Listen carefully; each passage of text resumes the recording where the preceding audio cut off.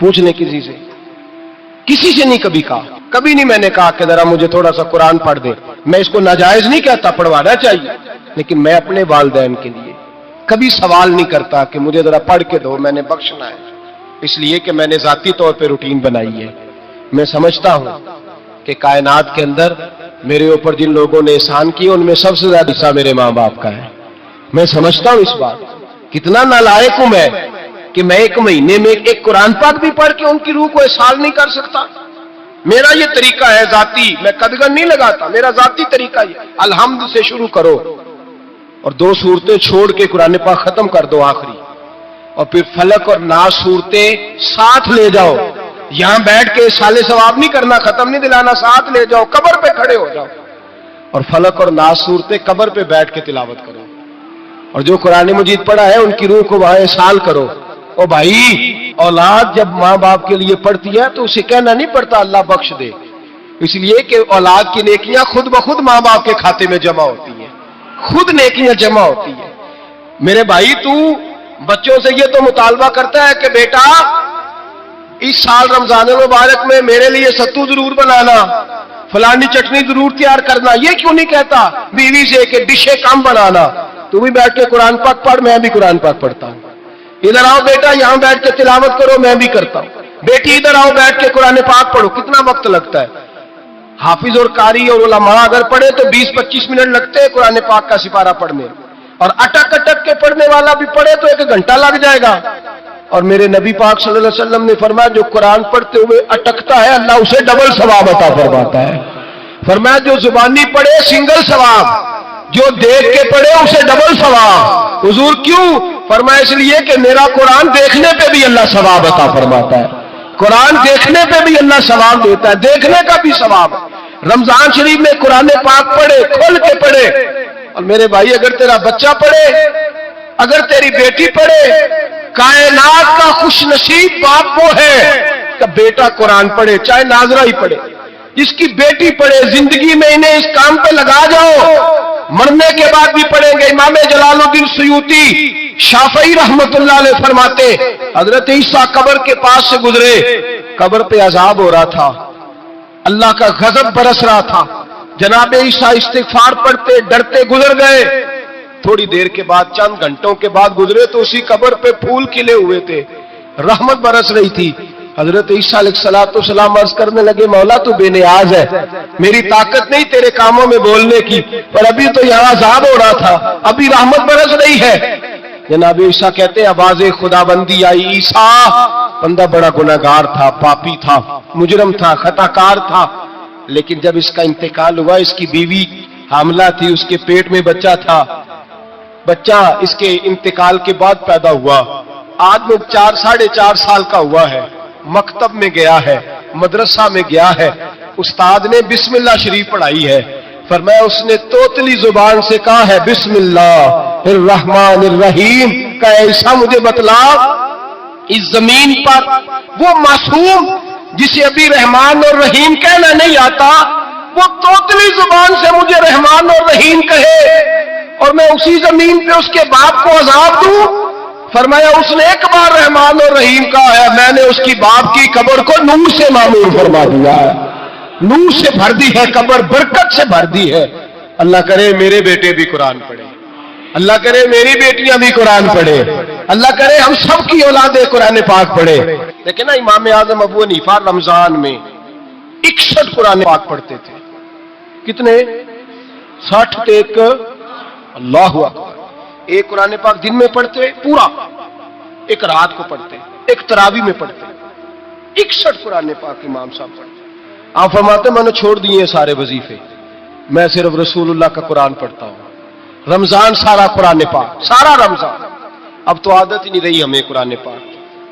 اگر لوگ ناراض نہ ہو تو محفل نعت ہوتی ہے تو تلاوتیں کتنی ہوتی ہیں، اور نعتیں ہم نے ذوق ہی نہیں بنایا، ذوق ہی نہیں بنایا ہم نے تلاوت قرآن کا، اس لیے کہ قراء علماء فقراء ان کو ہم تیار ہی نہیں کر رہے، ہم تو ایکٹر پال رہے جو پیسے لیتے ہیں نعت خوانی کے، معاذ اللہ۔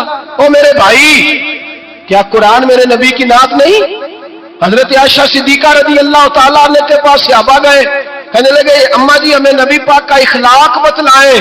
اماں جی کہنے لگی جاؤ جا کے قرآن پاک پڑھو. قال خلقہ القرآن، سارا قرآن میرے نبی کے اخلاق کا انعام ہے. یہ ساری نعت ہے، یہ ساری نعت. اس نعت کو سننے لوگ کیوں نہیں آتے؟ اتنا راش میں اپنے نعت میں اتنا تراویح پہ کیوں نہیں ہوتا؟ اور ملت کا جوان یاد رکھے، بوڑھے تراویحاں پڑھتے ہیں، ضعیف تراویحاں پڑھتے ہیں، گھٹنوں میں درد ہے تراویحاں پڑھتے ہیں، بیمار بوڑھے تراویحاں پڑھتے ہیں. جوان وہاں چوک میں کھڑے.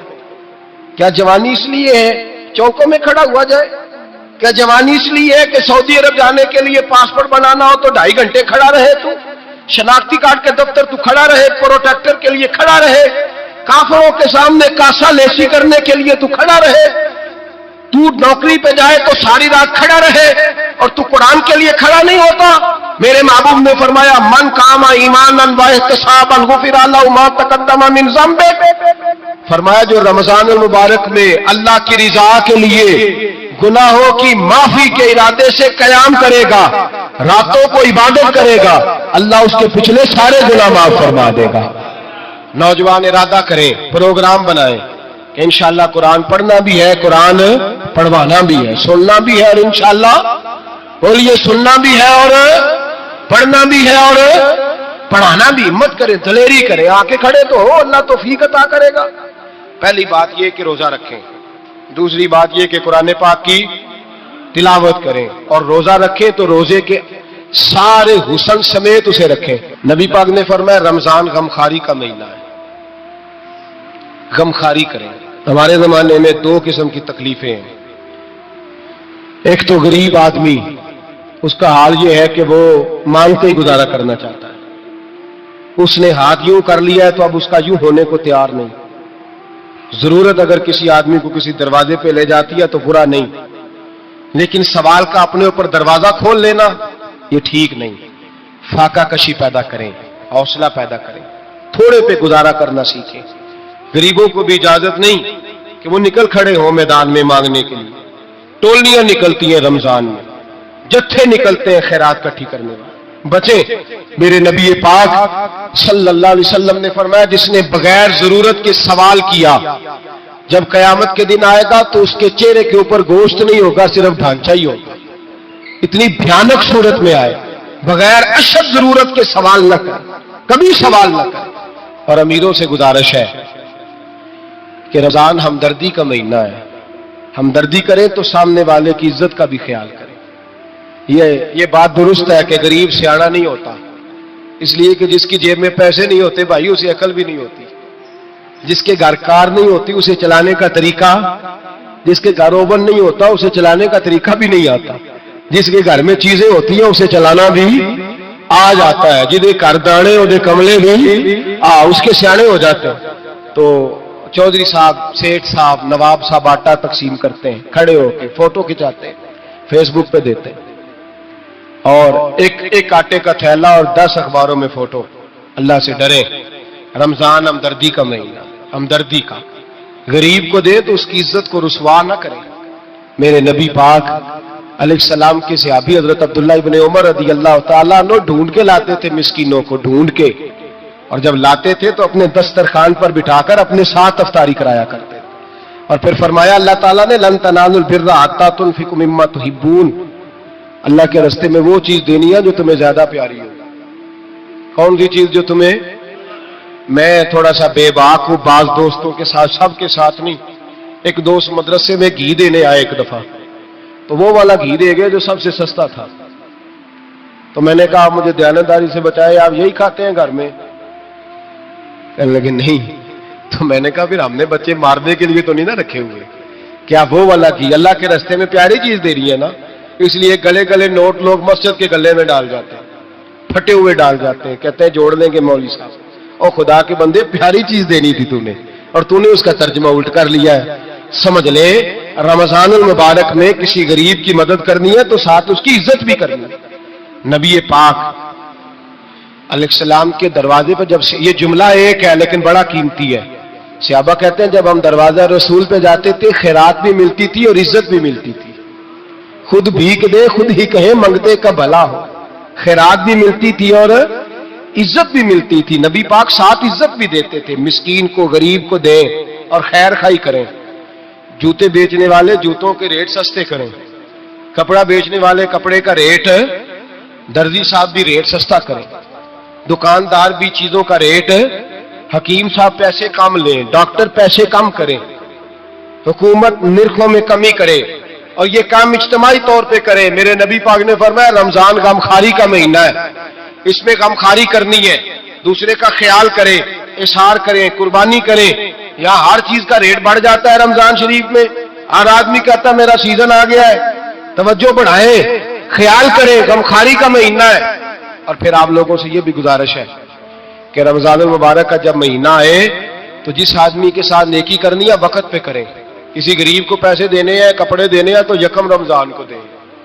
میں اکثر دوستوں سے پوچھتا ہوں, میں کہتا ہوں قاری صاحب نو جوڑا کدو دیندے ہو؟ کہندے ستیویں والے دن. میں کہ مینوں لگ گئی سمجھ, تہاڈی سازش ہے کہ جڑے سواں کے پا نہ لگے. ایویں مولوی چودھری صاحب دے نال دے کپڑے پا لے تے کتے لکھیا ہے اینوں دینا ہے ستیویں. تسی دسو ستیویں والے دن کو درزی سی کے دیندا ہے, اونوں 3 گنا بھی پیسے دئیے تے کہندا جڑے باقی نے انہاں دے نہیں بٹن پہ لگدے میرے کولوں, کتھوں جوڑا سی کے. تو کس دن دیتے ہو قاری صاحب کو؟ کیا مقصد ہے؟ پہننے کے لیے دے رہے ہو یا اس لیے دے رہے ہو کہ نہ پہن سکے؟ تو بھائی آپ جب کسی کو کچھ چیز دیں گے تو کب دیں گے؟ جب وہ استعمال کر سکے. غریب کو لوگ فطرانہ دینے جاتے ہیں عید سے 1 دن پہلے, تو کیا کرے گا اس کا؟ وہ نہ تو کپڑے خرید سکا نہ روٹی لا سکا. بلکہ میرے حضرت صاحب فرماتے ہیں رمضان سے پہلے دے دو, رمضان کی نیت کر کے رمضان سے 1-2 دن پہلے دے دو, اللہ رمضان جتنا ثواب ہی عطا فرمائے گا. رمضان سے پہلے دو, جس کو کچھ ہے دن قبل از وقت تیاری کرو. اور میرے قبلہ صاحب فرمایا کرتے اپنے کپڑے بعد میں, غریب کے بچوں کے کپڑے پہلے, اپنے گھر کی ضروریات بعد میں, غریبوں کی ضروریات. اس لیے کہ اللہ پاک نے ان کا رزق بھی ہمارے گھر بھیج دیا ہے. ہماری ڈیوٹی لگائی ہے کہ تم نے بانٹنا, بانٹنے والے بنو.